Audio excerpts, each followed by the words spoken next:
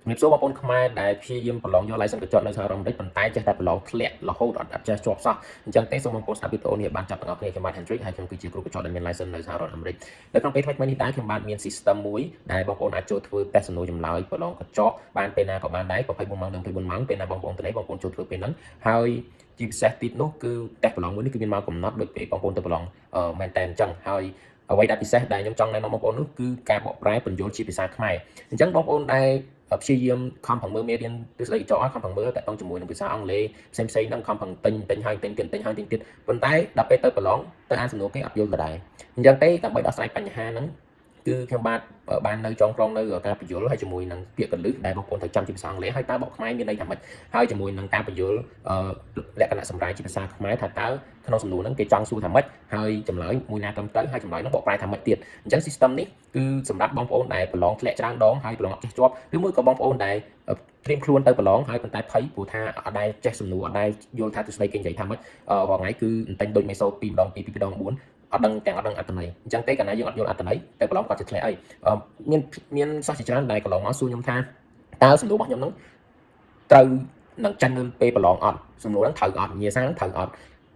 សូមកុំកាត់បែបនេះអីបងប្អូនព្រោះថាបើសិនជាបងប្អូនកាត់បែបហ្នឹងគឺអត់មានអ្នកណាហ៊ានធានាបងប្អូនថាសំណួរហ្នឹងដឹងតែចេញពេលបងប្អូនប្រឡងទេប៉ុន្តែអ្វីដែលសំខាន់ជាងគឺបងប្អូនត្រូវយល់កាលណាបងប្អូនយល់ហើយទោះបីជាគេត្រឡប់សំណួរបែបណាក៏នៅតែបងប្អូនអាចធ្វើត្រូវដែរអញ្ចឹងយ៉ាងហោចណាស់គឺយើងអាចទាយដឹងដែរទាយត្រូវដែរកាលណាយើងអត់យល់អីសោះអត្ថន័យក៏អត់យល់អីក៏អត់យល់យើងពឹងផ្អែកទៅលើការចងចាំសុទ្ធសូត្រអង្គុយទិញពាក្យនឹងបើឃើញអង្គុយទិញចម្លើយដូចខ្លួនក្មេងសូត្រមេលេខហ្នឹងទៅ10ដងនឹងធ្លាក់ទាំង10ដងអ្វីដែលសំខាន់ជាងគេគឺខ្ញុំលើកទឹកចិត្តឲ្យបងប្អូនធ្វើម៉េចឲ្យយល់សិនអញ្ចឹងការ system ការសិក្សាតាម system សំណួរចម្លើយរបស់ខ្ញុំនេះហ្នឹងបងប្អូនបានទាំងសំណួរចម្លើយបងប្អូនបានទាំងការបញ្យល់បកស្រាយជាភាសាខ្មែរសម្រាប់ជាសរសេរជាភាសាខ្មែរបងប្អូនអាចអានយល់តែម្ដងអញ្ចឹងទេបងប្អូនអាចមើលវីដេអូនេះបានចាប់ទាំងអស់គ្នាខ្ញុំនឹងដាក់ការបញ្យល់តើ system របស់ខ្ញុំនេះមានរូបរាងបែបណានៅពេលបន្ទាប់ពីនេះទៅហ្នឹងហើយបងប្អូនបើសិនជាមានចំណាប់អារម្មណ៍អាចតាក់ទងមកខ្ញុំបានក្នុងការទិញ system នេះទាំងអស់គ្នាអរគុណច្រើនជួយគ្នាអញ្ចឹងសំណួរអស់នេះច្រើនតែជាសំណួរសាកល្បងទេដើម្បីឲ្យបងប្អូនសាកល្បងបាន free អញ្ចឹងខ្ញុំចែកយកឆ្លើយសិនណាអញ្ចឹងពេលយើងធ្វើហ្នឹងគឺអត់មានការបញ្យល់ជាភាសាខ្មែរទេដោយសារកុំឲ្យបងប្អូនអានខ្មែរទៅយល់អញ្ចឹងត្រូវអញ្ចឹងចាំបាច់អនុវត្តទៅគ្នាអញ្ចឹងខាងក្រុមនេះក៏មានម៉ោងរត់ដែរម៉ោងហ្នឹងគឺរត់រហូតមានម៉ោងកំណត់ណាដូចយើងទៅប្រឡងមែនតើអញ្ចឹងខ្ញុំធ្វើឲ្យអស់ហើយចាប់10ចំនួនខ្ញុំចុច submit អញ្ចឹងទៅនឹងឃើញការបញ្យល់ការ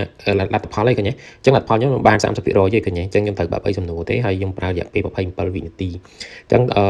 ឧទាហរណ៍ដូច